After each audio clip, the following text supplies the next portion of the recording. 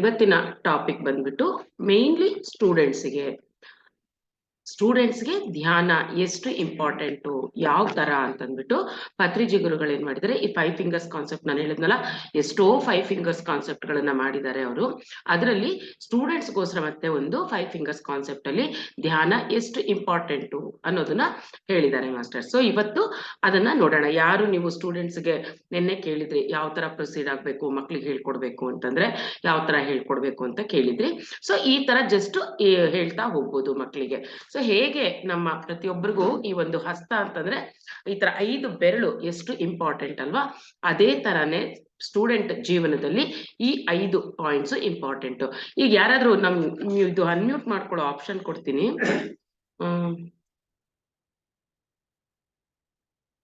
ಒಂದ್ second master. Okay, unmute ಮಾಡ್ಕೊಳ್ಳೋ option ಕೊಟ್ಟಿದ್ದೀನಿ ನಿಮಗೆ. ಈಗ ಸ್ಟೂಡೆಂಟ್ಸ್ ಅಂದ ತಕ್ಷಣ ಅವರಿಗೆ ಏನು ಇಂಪಾರ್ಟೆಂಟ್ ಆಗುತ್ತೆ ವಿದ್ಯಾರ್ಥಿ ಜೀವನದಲ್ಲಿ, ಒಂದು ವಿದ್ಯಾರ್ಥಿಗೆ ಯಾವ್ದೆಲ್ಲ ಕ್ವಾಲಿಟೀಸ್ ಇರಬೇಕು ಅಂತ ನಿಮಗೆ ಅನ್ಸುತ್ತೆ? ಅನ್ಮ್ಯೂಟ್ ಮಾಡ್ಕೊಂಡು ಹೇಳ್ಬೋದು. ಏನೇನು ಕ್ವಾಲಿಟೀಸ್ ಒಂದು ವಿದ್ಯಾರ್ಥಿ ಅಥವಾ ಒಂದು ಸ್ಟೂಡೆಂಟ್ ಅಂದ ತಕ್ಷಣ? ಕಾನ್ಸಂಟ್ರೇಷನ್, ಒಬಿಡಿಯನ್ಸ್, ಏಕಾಗ್ರತೆ, ಹಾ, ಸಾಧಿಸುವ ಛಲ, ಗುರಿ ಮುಟ್ಟೋ ಅಂತ ಒಂದು ಇದು. Yes, okay. ಮತ್ತೆ ಇನ್ಯಾರಾದ್ರೂ? ಆಟ ಪಾಠ ಓದು. Okay, very good masters. So ಎಲ್ಲ ಹೇಳ್ದಂಗೆ ಇವಾಗ ಒಂದು ಮಗು ಅಂತ ತಕ್ಷಣ ನಮ್ಗೆ ಪ್ರಣೀತಾ ಹೇಳಮ್ಮ. ಪ್ರಣೀತಾ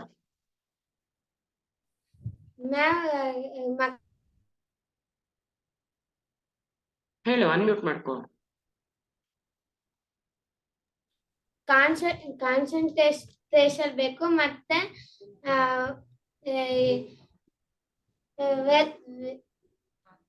ಆತ್ಮವಿಶ್ವಾಸ ಇರ್ಬೇಕು, ಮತ್ತೆ ಧೈರ್ಯ ಇರ್ಬೇಕು, ಮತ್ತೆ ಓದಿನ ಕಡೆ ಗಮನ ಇರ್ಬೇಕು. ಓಕೆ, ಜೊತೆಗೆ ಜ್ಞಾಪಕ ಶಕ್ತಿ ಅನ್ನೋದು ಬೇಕಲ್ವಾ? ಜ್ಞಾಪಕ ಶಕ್ತಿ ಬೇಕು, ಉತ್ಸಾಹ ಬೇಕು. ಫಸ್ಟ್ ಮೇನ್ ಎಲ್ಲದಕ್ಕೆ ಏನ್ ಬೇಕು? ಆ ಉತ್ಸಾಹ ಇರ್ಬೇಕು. ನಾನ್ ಕಲಿಬೇಕು, ನಾನು ಓದ್ಬೇಕು, ನಾನ್ ಮಾಡ್ಬೇಕು ಅನ್ನೋ ಒಂದು ಉತ್ಸಾಹ ಇರ್ಬೇಕಲ್ವಾ? ಅದು ತುಂಬಾ ಇಂಪಾರ್ಟೆಂಟ್. ಉತ್ಸಾಹ ಇರ್ಬೇಕು, ಮತ್ತೆ ಒಂದು ಛಲ ಇರ್ಬೇಕು ಅಲ್ವಾ? ಕಾನ್ಸಂಟ್ರೇಷನ್ ಬೇಕು, ಮೆಮೊರಿ ಪವರ್ ಬೇಕು, ಉತ್ಸಾಹ ಬೇಕು, ಛಲ ಇರ್ಬೇಕು, ಮತ್ತೆ ಒಂದು ಶಾರ್ಪ್ ಆಗಿರ್ಬೇಕಲ್ವಾ? ಚುರುಕಾಗಿರ್ಬೇಕು. ಯಾರು ಏನಾರು ಹೇಳ್ಕೊಟ್ರು ಅಂತಂದ್ರೆ ಅಥವಾ ನೀವು ಓದಿದ್ರು ಅಂದ್ರು ಆ ಮಕ್ಳು ಅದು ಚುರುಕಾಗಿರ್ಬೇಕು. ಏನಾರು ಹೇಳಿದ ಅರ್ಥ ಮಾಡ್ಕೊಳ್ಳೋ ತರ ಇರ್ಬೇಕು. ಏನ್ ಹೇಳಿದ್ರು ಬೇಗ ಗ್ರಾಸ್ಪ್ ಮಾಡೋಂತ ಒಂದು ಪವರ್ ಇರ್ಬೇಕು, ಚುರುಕಾಗಿರ್ಬೇಕು. ಮತ್ತೆ ಎಲ್ರ ಜೊತೆ ಅವರು ಚೆನ್ನಾಗಿರ್ಬೇಕು. ಮಕ್ಳು ಮೇಯ್ನ್ ಏನು ಅಂತಂದ್ರೆ ಈ ಒಂದು ನಾಚಿಕೆ ಸ್ವಭಾವ, ಹೆಸಿಟೇಟ್ ಮಾಡೋವಂಥದ್ದು ಈ ತರದ್ ಇರಬಾರ್ದು. ಎಲ್ರ ಜೊತೆನೂ ಮಿಂಗಲ್ ಆಗಿ ಎಲ್ಲರ ಜೊತೆನೂ ನಗ್ನಗ್ತಾ ಮಿಂಗಲ್ ಆಗ್ತಾ ಇರ್ಬೇಕು. ಮೇಯ್ನು ಅದೊಂದು ಇಂಪಾರ್ಟೆಂಟ್. ಕೆಲವ್ರ ಮಕ್ಳಿಗೆ ತುಂಬಾ ಇನ್ಫೀರಿಯಾರಿಟಿ ಕಾಂಪ್ಲೆಕ್ಸ್ ಇರುತ್ತೆ, ಎಲ್ರ ಜೊತೆ ಸೇರಲ್ಲ, ಮಿಂಗಲ್ ಆಗಲ್ಲ, ಮಾತಾಡ್ಬೇಕು ಅಂದ್ರೆ ನಾಚಿಕೆ, ಅಥವಾ ಅವ್ರೊಳಗಿರೋದು ಏನಾದ್ರು ಒಂದು ಎಕ್ಸ್ಪ್ರೆಸ್ ಮಾಡ್ಬೇಕಂತಂದ್ರು ಒಂಥರ ಹಿಂಜರಿಕೆ ಮಾಡ್ತಾ ಇರ್ತಾರೆ. ಆ ತರನು ಇರ್ತಾರೆ ಮಕ್ಳು. ಸೊ ಒಟ್ಟು ಮಕ್ಳು ಅಂದ್ರೆ ಇದಿಷ್ಟು ಇರ್ಬೇಕಲ್ವಾ? ಅಷ್ಟು ಇದ್ದಾಗ ಏನಾಗುತ್ತೆ, ಆ ಮಕ್ಳು ಜೀವನ ಒಂಥರ ಒಂದು ಅದ್ಭುತಾನೆ ಅಂತ ಹೇಳ್ಬೋದು. ಎಲ್ಲ ಯೂಶುವಲಿ ಏನ್ ಹೇಳ್ತಾರೆ, ನಾವು ಚಿಕ್ಕವರಿರುವಾಗ್ಲೂ ನೀವು ಕೇಳಿರ್ಬೋದು, ಈಗ್ಲಿಗೂ ಹೇಳ್ತಾರೆ, ಯಾವುದೇ ಒಂದು ಮಗು 15 ಇಯರ್ಸ್ ಒಳಗಡೆ ತುಂಬಾ ಶಾರ್ಪ್ ಆಗಿರ್ತಾರೆ, ತುಂಬಾ ಆಕ್ಟಿವ್ ಆಗಿರ್ತಾರೆ. ಅವ್ರಿಗೆ ಎಷ್ಟು ಹೇಳ್ಕೊಟ್ರೆ, ಎಷ್ಟು ತರ ಹೊಸಾದ್ ಹೇಳ್ಕೊಟ್ರುನು ಅಷ್ಟು ಚುರುಕಾಗಿ ಕಲಿತಾ ಇರ್ತಾರೆ. ಹಂಗಾಗಿ ಚಿಕ್ಕ ಮಕ್ಳು ಇರುವಾಗ ಏನೇ ಕಲ್ತ್ರುನು ಸೇರಿಸ್ಬಿಡ್ಬೇಕು. ಕಲಿಯೋಕೆ ಇಂಟ್ರೆಸ್ಟ್ ಇದೆ ಅಂತಂದ್ರೆ ಅವರಿಗೆ ಸೇರಿಸ್ಬಿಡ್ಬೇಕು, ಎಲ್ಲಾ ತರದನು ಹೇಳ್ಕೊಡ್ಬೇಕು. ಅಷ್ಟು ಆ ಏಜ್ ಅಲ್ಲಿ ತುಂಬಾ ಚೆನ್ನಾಗಿ ಕಲಿತಾ ಇರ್ತಾರ ಮಕ್ಳು. ಹಂಗಾಗಿ ಅವ್ರ ಟ್ಯಾಲೆಂಟ್ ಏನಿದೆಯೋ ಅದನ್ನ ಐಡೆಂಟಿಫೈ ಮಾಡ್ತಾ, ಅಥವಾ ಬೇರೆ ಎಲ್ಲ ಅವ್ರು ಯಾವ್ದಾದ್ರು ಇಂಟ್ರೆಸ್ಟ್ ಇದೆ ಅಂತ ಕೇಳಿದ್ರೆ ಎಲ್ಲದಕ್ಕೂ ಕಳ್ಸೋದು, ಎಲ್ಲ ಹೇಳ್ಕೊಡೋಂಥದ್ದು ಮಾಡ್ತಾ ಇದ್ದಾರೆ. ಈಗ ಎಷ್ಟೋ ಜನ ಅದನ್ನ ಮಾಡ್ತಾ ಇದಾರೆ, ಮಕ್ಳು ಹಾಗೆ ಕಲಿತಾ ಇದ್ದಾರೆ. ಇದೆಲ್ಲದ್ರ ಜೊತೆಗೇನು ಓದು ಅನ್ನೋದನ್ನು ಒಂದು ಇಂಪಾರ್ಟೆಂಟ್. ಬರೀ ಓದೋದೇ ಅಲ್ಲ, ಓದು ಅನ್ನೋದು ಒಂದು ತುಂಬಾ ಒಂದು ಏನು ಪ್ರಮುಖವಾದ ಅಂಗ. ಆದ್ರೆ ಅದ್ರ ಜೊತೆ ಬೇರೆ ಎಲ್ಲಾನು ಬೇಕು. ಏನೇನ್ ಬೇಕು ಅಂತಂದ್ರೆ, ಇವಾಗ ಈ 5 ಫಿಂಗರ್ಸ್ ಕಾನ್ಸೆಪ್ಟ್ ತಗೊಂಡಾಗ ನಾವು ಒಂದೊಂದೇ ಬೆರಳು ಹೇಳ್ಕೊಂಡಾಗ, ಫಸ್ಟ್ ಫಿಂಗರ್ ಕಿರು ಬೆರಳು ಅಂತ ತಗೊಂಡ್ರೆ ಇದನ್ನೇನು ಫಸ್ಟ್ ಆಟ. ಮಕ್ಕಳು ಅಂತಂದ್ರೆ ಆಟ ಬೇಕೇ ಬೇಕಲ್ವಾ? ಆಟ ಇಲ್ದಿದ್ರೆ ಆಗಲ್ಲ. ಬರೀ 3 ಹೊತ್ತು ಓದು ಓದು ಓದು ಅಂತಂದ್ರೆ ಯಾವ ಮಕ್ಕಳು ಓದಲ್ಲ. ಇನ್ನ ನಾವೆಷ್ಟು ಹೇಳ್ತೀವೋ ಅಷ್ಟು ಕಡಿಮೆ ಮಾಡ್ತಾ ಹೋಗ್ತಾರೆ, ಓದಲ್ಲ. ಸೊ ಫಸ್ಟ್ ಮಕ್ಳಿಗೆ ಏನ್ ಬೇಕು? ಆಟ ಅನ್ನೋದು ತುಂಬಾ ಇಂಪಾರ್ಟೆಂಟ್. ಸೊ ಈ ಕಿರು ಬೆರಳು ಏನಿದೆ ಇದು ಆಟಕ್ಕೆ. ಆಟ ಆಡುವಾಗ ಏನಾಗುತ್ತೆ, ಆಟ ಆಡ್ತಾ ಆಡ್ತಾ ಮಕ್ಳಿಗೆ ಏನೇನ್ ಸಿಗುತ್ತೆ ಆಟದಿಂದ ಅಂತಂದ್ರೆ, ಆ ಒಂದು ಶರೀರಕ್ಕೆ ಒಂದು ದೌಢ್ಯತೆ ಅನ್ನೋದು ಸಿಗುತ್ತೆ. ಅಂದ್ರೆ ಒಂಥರ ಫ್ರೆಶ್ನೆಸ್, ಫಿಸಿಕಲಿ ಅವರು ತುಂಬಾ ಆಕ್ಟಿವ್ ಆಗ್ತಾರೆ ಅಲ್ವಾ, ಫಿಸಿಕಲಿ ಸ್ಟ್ರಾಂಗ್ ಆಗ್ತಾರೆ, ಹಾಗೆ ಮನಸ್ಸು ಸಹ ಆಹ್ಲಾದಕರವಾಗುತ್ತೆ ಆಟ ಆಡ್ತಾ ಇದ್ರೆ. ಸೊ ಕಿರುಬೆರಳು ಅನ್ನೋದು ಒಂದು ಆಟ ಆಡೋದಕ್ಕೆ ಸಂಕೇತ.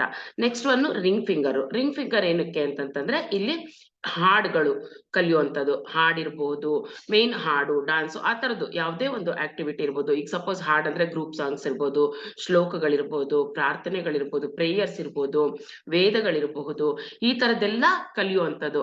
ಕಲಿಬೇಕು ಮಕ್ಕಳು ಎಷ್ಟು ಸಾಧ್ಯನೋ ಅಷ್ಟು. ಆ ಏಜ್ ಅಲ್ಲಿ ಇನ್ನ ದೊಡ್ಡವ್ರು ಆಗ್ತಾ ಏನಾಗುತ್ತೆ, ಅವ್ರ ರೆಸ್ಪಾನ್ಸಿಬಿಲಿಟಿ ಜಾಸ್ತಿ ಆಗ್ತಾ ಹೋಗುತ್ತೆ. ಓದೋದ್ರಲ್ಲಿ ಜಾಸ್ತಿ ಅಂದ್ರೆ ಜಾಸ್ತಿ ಟೈಮ್ ಕೊಡ್ಬೇಕಾಗುತ್ತೆ ಓದೋಕೆ. ಈ ಟೈಮಲ್ಲಿ ಚಿಕ್ಕ ಮಕ್ಳು ಇರುವಾಗ್ಲೇನೆ ಅವ್ರಿಗೆ ತುಂಬಾ ಟೈಮ್ ಇರುತ್ತೆ. ಹಾಗಾಗಿ ಎಲ್ಲಾ ತರನು ಅವರು ಎಂಜಾಯ್ ಮಾಡ್ಬೇಕು. ಹಾಡು ಹೇಳೋದು, ಆಟ ಆಡೋದು ಒಂದು ಬೆರಳಾದ್ರೆ, ಹಾಡು ಹೇಳೋದು ಇನ್ನೊಂದು ಬೆರಳು. ಹಾಡುಗಳನ್ನು ಕಲಿಯೋದು, ಸಂಗೀತ ಕಲಿಯೋದು, ಶ್ಲೋಕಗಳನ್ನು ಕಲಿಯೋದು, ಪ್ರಾರ್ಥನೆ ಪ್ರೇಯರ್ಸ್ ಮಾಡೋದು, ಈ ತರದ್ದೆಲ್ಲಾನು ಕಲ್ಸ್ಕೊಡ್ಬೇಕು. ಸ್ತೋತ್ರಗಳು ಓದೋದು, ಈ ತರದ್ದೆಲ್ಲ ಆದಷ್ಟು ಹೇಳ್ಕೊಡ್ಬೇಕಾಗತ್ತೆ. ಅದರಿಂದ ಏನಾಗುತ್ತೆ, ಇವೆಲ್ಲ ಕಲಿಯೋದ್ರಿಂದ ಏನಾಗುತ್ತೆ ಅಂದ್ರೆ ಮಾನಸಿಕ ಏಕಾಗ್ರತೆ, ಅಂದ್ರೆ ಮೆಂಟಲಿ ಅವ್ರಿಗೆ ಹೇಗಾಗುತ್ತೆ ಅಂದ್ರೆ ಒಂದು ಕಾನ್ಸಂಟ್ರೇಷನ್ ಅನ್ನೋದು ಇಂಪ್ರೂವ್ ಆಗ್ತಾ ಬರುತ್ತೆ. ಮೆಮೊರಿ ಪವರ್ ಇಂಪ್ರೂವ್ ಆಗುತ್ತೆ ಇದೆಲ್ಲ ಕಲಿಯೋದ್ರಿಂದ ಮಕ್ಕಳಿದ್ದಾಗ. ನೆಕ್ಸ್ಟ್ ಮಿಡ್ಲ್ ಫಿಂಗರ್ ಏನಕ್ಕೆ, ಅದನ್ನ ಓದೋದಕ್ಕೆ ಸಂಕೇತ ಅಂತ ಹೇಳ್ತಾರೆ.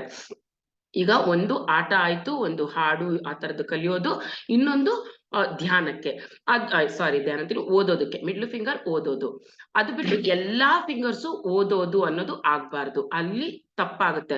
ಪ್ರತಿಯೊಂದು ಫಿಂಗರು ನಾವು ಓದೋದಕ್ಕೆ ತಗೋಬಾರ್ದು. ಅಂದ್ರೆ ಮಗುಗೆ ಬರೀ ಓದು ಓದು ಓದು ಅಂತ ಓದಲು ಕೂರಿಸಬಾರ್ದು. ಓವರ್ ಆಲ್ ಡೆವಲಪ್ಮೆಂಟ್ ಎಲ್ಲಾ ತರದ್ರಲ್ಲೂ ಮಾಡ್ಬೇಕು ಅನ್ನೋದು. ಸೊ ಈ ಓದೋದ್ರಿಂದ ಮಿಡ್ಲ್ ಫಿಂಗರ್ ಓದೋದು ಅಂದ್ರೆ ಚೆನ್ನಾಗಿ ಓದ್ಬೇಕು. ಆ ಟೈಮಲ್ಲಿ ಎಷ್ಟು ಓದ್ಬೇಕು ಅಷ್ಟು ಚೆನ್ನಾಗಿ ಓದ್ಬೇಕು. ಆಮೇಲೆ ಬೆಳೀತಾ ಇರುತ್ತೆ, ಆ ಓದೋದು ಅನ್ನೋದು ಇನ್ನೊಂದ್ ಸ್ವಲ್ಪ ಜಾಸ್ತಿ ಇಂಪಾರ್ಟೆನ್ಸ್ ಕೊಡ್ತಾ ಹೋಗ್ತಾರೆ, ಕೊಡ್ಲೇಬೇಕಲ್ವಾ, ಅದು ಆಗುತ್ತೆ. ಸೊ ಅಲ್ಲಿವರೆಗೂ ಒಂದು ಬೆರಳು ಆಟ ಆಯ್ತು, ಒಂದು ಬೆರಳು ಹಾಡು, ಇನ್ನೊಂದು ಬೆರಳು ಓದೋದಾಯ್ತು. ನೆಕ್ಸ್ಟ್ ಇನ್ನೊಂದು ಬೆರಳು ಫೋರ್ ಫಿಂಗರ್ ಏನಕ್ಕೆ ಅಂತಂತಂದ್ರೆ ಇಲ್ಲಿ ಕೆಲಸಗಳು. ಯಾವ ತರ ಕೆಲಸಗಳು, ಎಲ್ಲ ಅವ್ರ ಕೆಲಸ ಅವರೇ ಮಾಡ್ಕೋಬೇಕು. ಒಂದು ಏಜ್ ಬಂದ್ಮೇಲೆ ಆ ಮಕ್ಳದು ಎಲ್ಲಾ ಕೆಲ್ಸಗಳು ಅವರಿಗೆ ಹೇಳ್ಕೊಡ್ಬೇಕು. ಅವ್ರ ಕೆಲಸ ಅವರೇ ಮಾಡ್ಕೊಡ್ಬೇಕು. ಚಿಕ್ಕ ಪುಟ್ಟದು ಕ್ಲೀನ್ ಮಾಡ್ಕೊಳ್ಳೋಂಥದ್ದು, ಅವ್ರ ಶೆಲ್ಫ್ ಅವರೇ ಕ್ಲೀನ್ ಮಾಡೋದು, ಅವ್ರ ಬುಕ್ಸ್ ಅವರೇ ರ್ಯಾಪ್ ಮಾಡ್ಕೊಳ್ಳೋಂಥದ್ದು.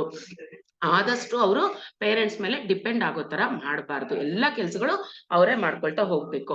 ಇನ್ನ ಜೊತೆಗೆ ಟೈಮ್ ಸಿಗ್ತಾರೆ ಅವರು ಅಪ್ಪ ಅಮ್ಮಂಗೆ, ಪೇರೆಂಟ್ಸ್ಗೆ, ಮನೇಲಿರೋರ್ಗೆ ಹೆಲ್ಪ್ ಮಾಡ್ತಾ ಹೋಗ್ಬೇಕು.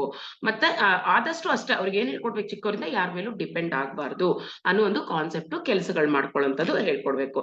ಸೊ ಫಸ್ಟ್ ಫೋರ್ ಫಿಂಗರ್ ಏನು ಕೆಲಸಕ್ಕೆ ಸಂಬಂಧಪಟ್ಟಿದ್ದು. ನೆಕ್ಸ್ಟ್ ಎಲ್ಲದಕ್ಕಿಂತ ಇಂಪಾರ್ಟೆಂಟ್ ಈಗ ಈ ತಂಬ್ ಏನು ಅಂತಂದ್ರೆ ಧ್ಯಾನ. ಇದು ತಂಬ್ ಅಂದ್ರೆ ಧ್ಯಾನ.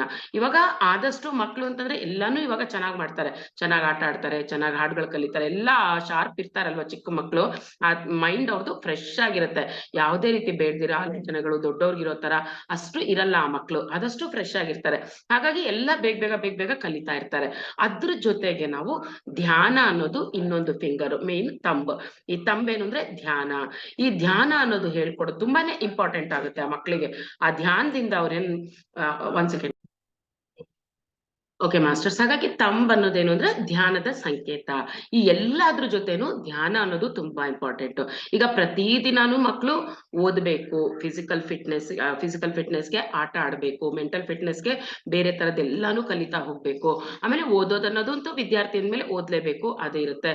ಜೊತೆಗೆ ಕೆಲಸಗಳು ಮಾಡ್ಕೊಳ್ಳೋದು, ಅವ್ರ ಕೆಲಸ ಅವ್ರು ಮಾಡ್ಕೊಳ್ಳೋದು, ಇದೆಲ್ಲ ಡೈಲಿ ಇರ್ಲೇಬೇಕು. ಅದ್ರ ಜೊತೆ ಅಷ್ಟೇ ಇಂಪಾರ್ಟೆಂಟು ಡೈಲಿ ಇರ್ಬೇಕಾಗಿರೋದು ಇನ್ನೊಂದೇನು, ಧ್ಯಾನ. ಸೊ ತಂಬ್ ಅಂದ್ರೆ ಧ್ಯಾನ. ಈ ಎಲ್ಲಾದ್ರ ಜೊತೆ ಧ್ಯಾನ ಸೇರಿದಾಗ ಏನಾಗುತ್ತೆ, ಅವರು ಇನ್ನೂ ಜಾಸ್ತಿ ಅವ್ರು ಏನ್ ಕಲಿತಾ ಇದ್ದಾರೆ, ಎಷ್ಟ್ ಚೆನ್ನಾಗಿ ಕಲಿತಾ ಇದ್ದಾರೆ, ಅದೆಲ್ಲ ಆ ಧ್ಯಾನ ಸೇರಿದಾಗ ಇನ್ನೂ ಬೇಗ ಗ್ರಾಸ್ ಮಾಡ್ತಾರೆ, ಇನ್ನೂ ಚೆನ್ನಾಗಿ ಎಲ್ಲ ಕಲಿತಾ ಇರ್ತಾರೆ.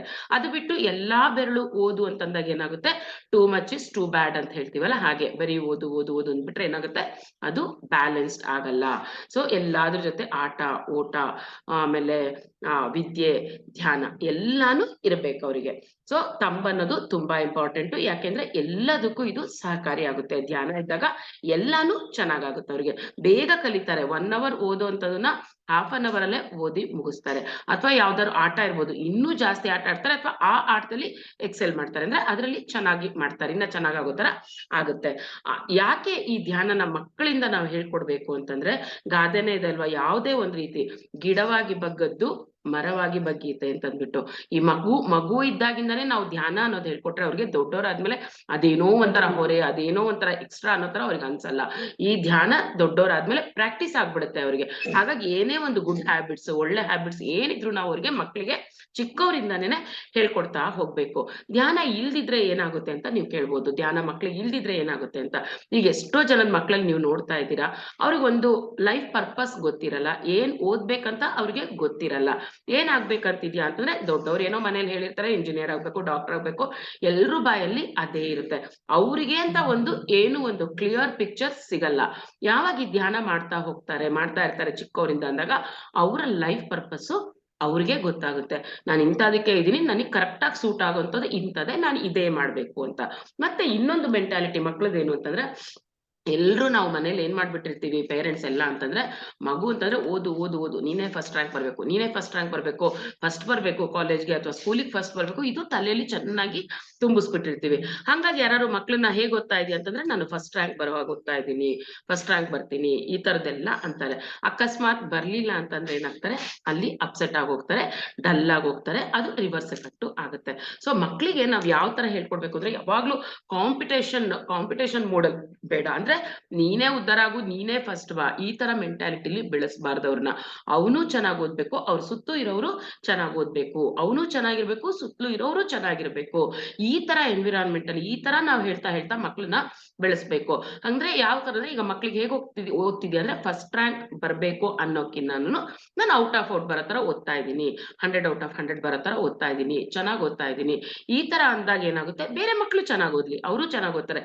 ಯಾವಾಗ ನಾನ್ ಫಸ್ಟ್ ರ್ಯಾಂಕ್ ಬರ್ಬೇಕು ಅಂತ ಅನ್ಕೊಂತೀವೋ, ಅಲ್ಲಿಗೆ ಆಟೋಮೆಟಿಕ್ ಇನ್ನೊಬ್ರದ್ದು ಕಡಿಮೆ ಆಗ್ಲಿ ಅನ್ನೋ ಅರ್ಥನೇ ಬಂದ್ಬಿಡುತ್ತೆ. ಅಲ್ಲಿಂದಾನೇ ಅವ್ರಿಗೆ ಆ ಮೆಂಟಾಲಿಟಿ ಸ್ಟಾರ್ಟ್ ಆಗುತ್ತೆ. ಅಂದ್ರೆ ಬೇರೆಯವ್ರಿಗಿನ್ನ ನಾನು ಎಲ್ಲಾದ್ರಲ್ಲೂ ಮೇಲಿರ್ಬೇಕು ಅನ್ನೋ.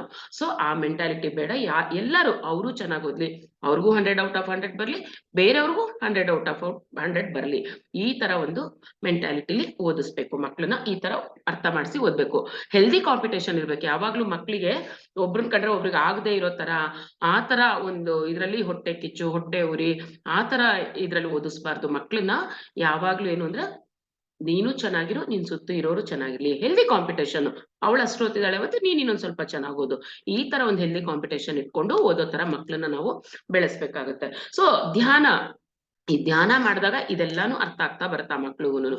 ಧ್ಯಾನ ಇಲ್ದಿದ್ರೆ ಏನಾಗುತ್ತೆ ಜೀವನ ಅಂತಂದ್ರೆ, ಎಷ್ಟೋ ಜನ ಆ ಧ್ಯಾನ ಇಲ್ದೆ ಬೆಳೆದಿರೋರು ಫ್ಯೂಚರ್ ಅಲ್ಲಿ ಅವ್ರು ಅನ್ಕೊಂಡಿರೋದು ಸಾಧಿಸ್ಲಿಲ್ಲ ಅಂತಂದಾಗ ಏನಾಗುತ್ತೆ, ದುಃಖ.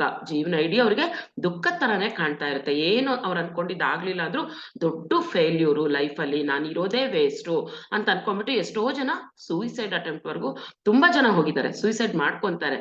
ಯಾಕೆಂದ್ರೆ ಅವ್ರಿಗೆ ಆ ಜ್ಞಾನನೇ ಇಲ್ಲ, ಅಜ್ಞಾನ ಅಷ್ಟೇ.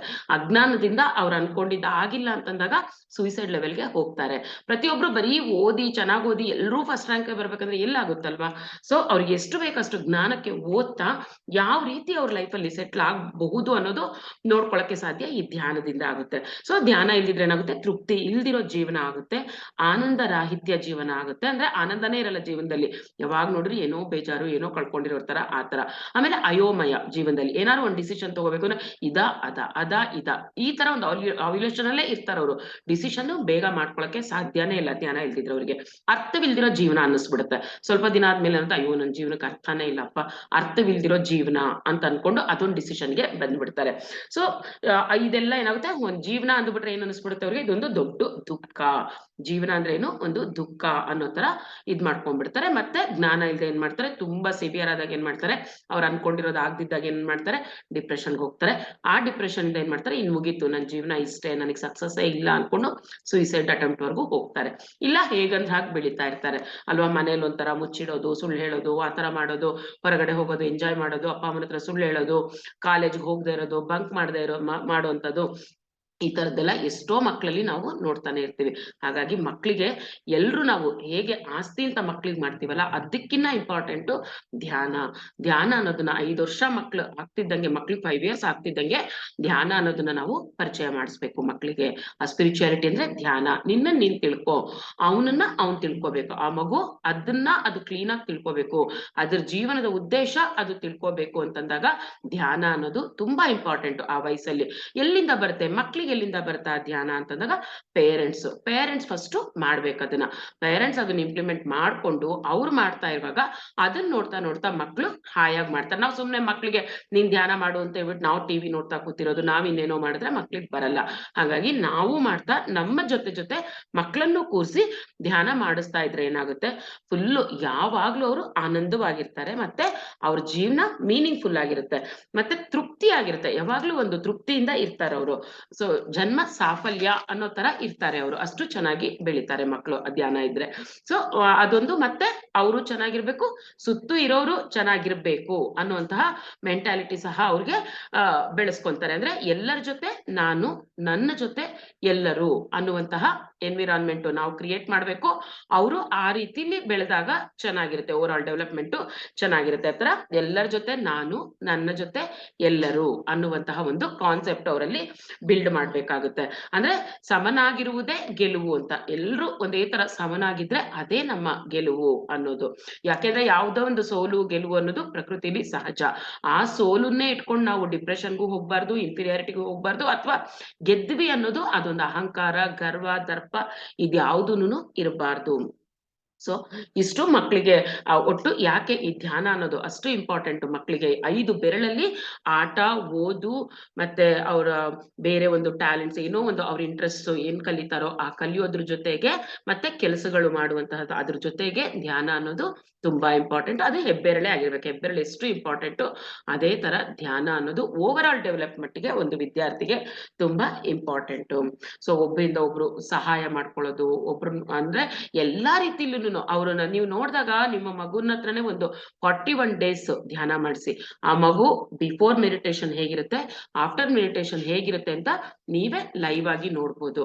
ಹಾಗಾಗಿ ಪೇರೆಂಟ್ಸ್ ಎಲ್ರಿಗೂ ಏನ್ ರಿಕ್ವೆಸ್ಟ್ ಅಂದ್ರೆ, ನಿಮ್ ಮಕ್ಳನ್ನ ಬರೀ ಓದು ಓದು ಓದು ಅಂತ ಓದಿಗ್ ಮಾತ್ರ ಅವ್ರನ್ನ ಫೋರ್ಸ್ ಮಾಡೋದ್ರ ಜೊತೆಗೆ ಧ್ಯಾನ, ಆಟ, ಬೇರೆ ಕೆಲಸಗಳು, ಬೇರೆ ಒಂದು ಹವ್ಯಾಸಗಳನ್ನು ಹೇಳ್ಕೊಡುವಂಥದ್ದು ಎಲ್ಲಾನು ಮಾಡ್ಬೇಕು ಮಾಸ್ಟರ್ಸ್. ಸೊ ಇದಿಷ್ಟನ್ನ ಹೇಳ್ತಾ ಇವತ್ತು ಪ್ರತಿದಿನ ನೀವು ಧ್ಯಾನ ಮಾಡ್ತಾ ಮಕ್ಕಳನ್ನ ಕೂರಿಸ್ಕೊಳ್ಳಿ. ಮಕ್ಳಿರ್ಬೋದು, ಮೊಮ್ಮಕ್ಳಿರ್ಬೋದು, ಯಾರೇ ಇರ್ಬೋದು, ಅವ್ರನ್ನ ಕೂರಿಸ್ಕೊಂಡು ಸ್ವಲ್ಪ ಹೊತ್ತು ಧ್ಯಾನ ಮಾಡಿಸಿ ಆ ಮಕ್ಳಿಗೆ. ಚಿಕ್ಕವರಿದ್ದಾಗ ಎಲ್ಲಾ ಕೇಳ್ತಾರವ್ರು, ದೊಡ್ಡವ್ರು ಆಗ್ತಾ ಆಗ್ತಾ ಪ್ರತಿಯೊಂದಕ್ಕೂ ವಾದ ಮಾಡಕ್ ಶುರು ಮಾಡ್ತಾರೆ. ಯಾವಾಗ ಚಿಕ್ಕ ವಯಸ್ಸಲ್ಲಿ ಹೇಳ್ಕೊಡ್ತೀರಲ್ಲ ಅವಾಗ ಅವರು ಎಲ್ಲ ನಾವ್ ಹೇಳ್ದಾಗ ಕೇಳ್ತಾರೆ, ಅರ್ಥ ಮಾಡ್ಕೊಂತಾರೆ, ಜೊತೆಲಿ ಮಾಡ್ತಾ ಇರ್ತಾರೆ.